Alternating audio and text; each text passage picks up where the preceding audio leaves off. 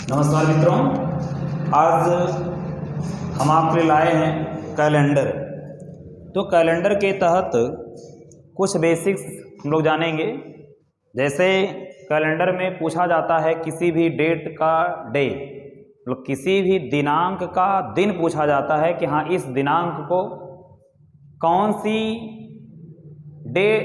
सा डे होगा, मतलब कौन सा दिन होगा। जैसे क्वेश्चंस पूछा जाता है कि 22 अगस्त 2015 क्वेश्चंस पूछा जाए 22 अगस्त 2015 को।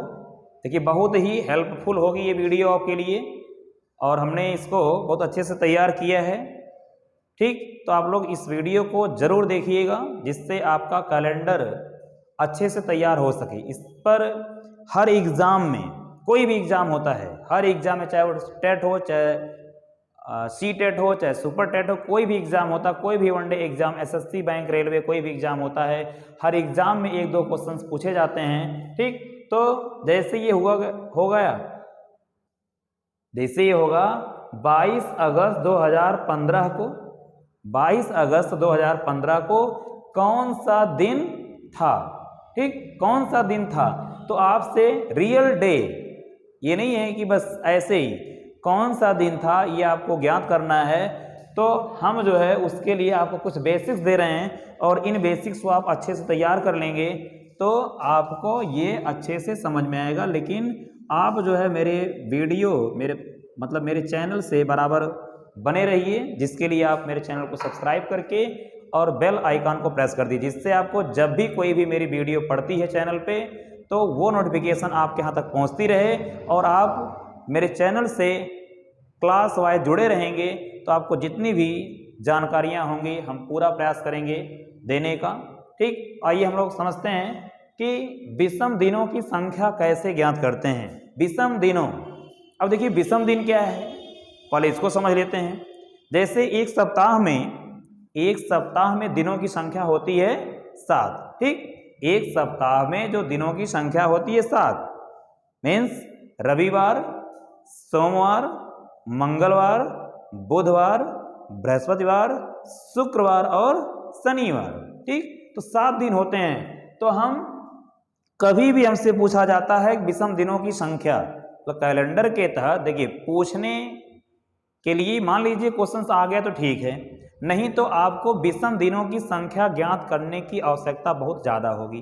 ठीक, यदि विषम दिनों की संख्या आपसे पूछता है तो आपको क्या करना है, सिंपली जितने दिन का या जिस किसी महीने में दिनों की संख्या का, ठीक, विषम दिनों की संख्या आपसे पूछता है या आपको आवश्यकता पड़ी विषम दिनों की संख्या ज्ञात करने की, जैसे हम आपको जब किसी भी दिनांक का दिन निकालने का बताएंगे उसमें आवश्यकता पड़ेगी, जहां पे आप इन नियमों का प्रयोग करके, मीन्स जो बताने जा रहे हैं उसका प्रयोग करके आप बता सकते हैं। जैसे क्वेश्चंस है 28 दिनों में, ठीक है, 28 दिनों में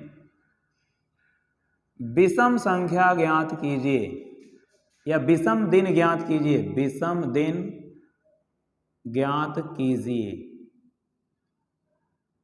ठीक, 28 दिनों में विषम दिन ज्ञात कीजिए। तो हमने क्या बताया कि 28 को आप किससे भाग करेंगे, 7 से, तो 7 चौक 28 और यहाँ पर शेषफल क्या आ गया, 0। तो यहाँ पर आंसर आ गया कितने विषम दिन होंगे, तो 0 विषम दिन होंगे। ठीक है, 0 विषम दिन होंगे। फिर इसके बाद आइए क्वेश्चन नंबर 2 देखते हैं।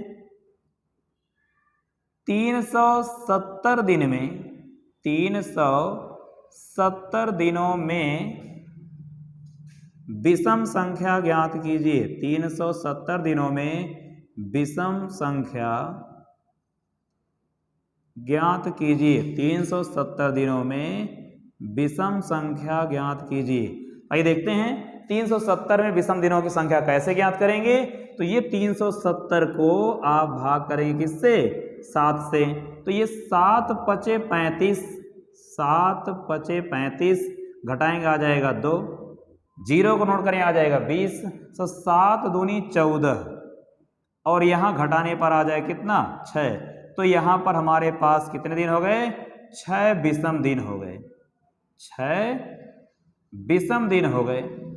तो हमें पूरी उम्मीद है कि आपको यह समझ में आ गया होगा कि विषम दिन हम कैसे ज्ञात करते हैं। उसके लिए हम 7 से भाग करते हैं, 7 से उस संख्या को डिवाइड करते हैं और जो शेषफल आता है वही विषम दिनों की संख्या। अब देखिए विषम दिन कैसे है, तो 7 दिन पूरा है तो वो उसमें कोई शेषफल नहीं बचेगा, तो उसमें कहने का मतलब कोई विषम दिन नहीं है। विषम दिनों की संख्या क्या है 0 है।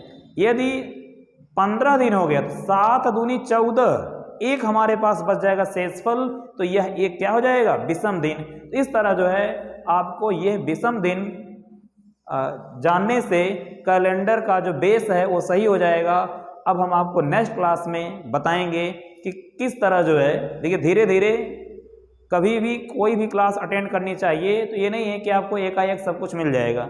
धीरे धीरे आपको मैटर मिलते जाएंगे, आप उसको तैयार करते जाइए और आपका इस तरह से सिलेबस कंप्लीट हो जाएगा। तो हम आपको नेक्स्ट क्लास में नेक्स्ट मैटर के साथ, नेक्स्ट टाइप के साथ में मिलते हैं। Thank you.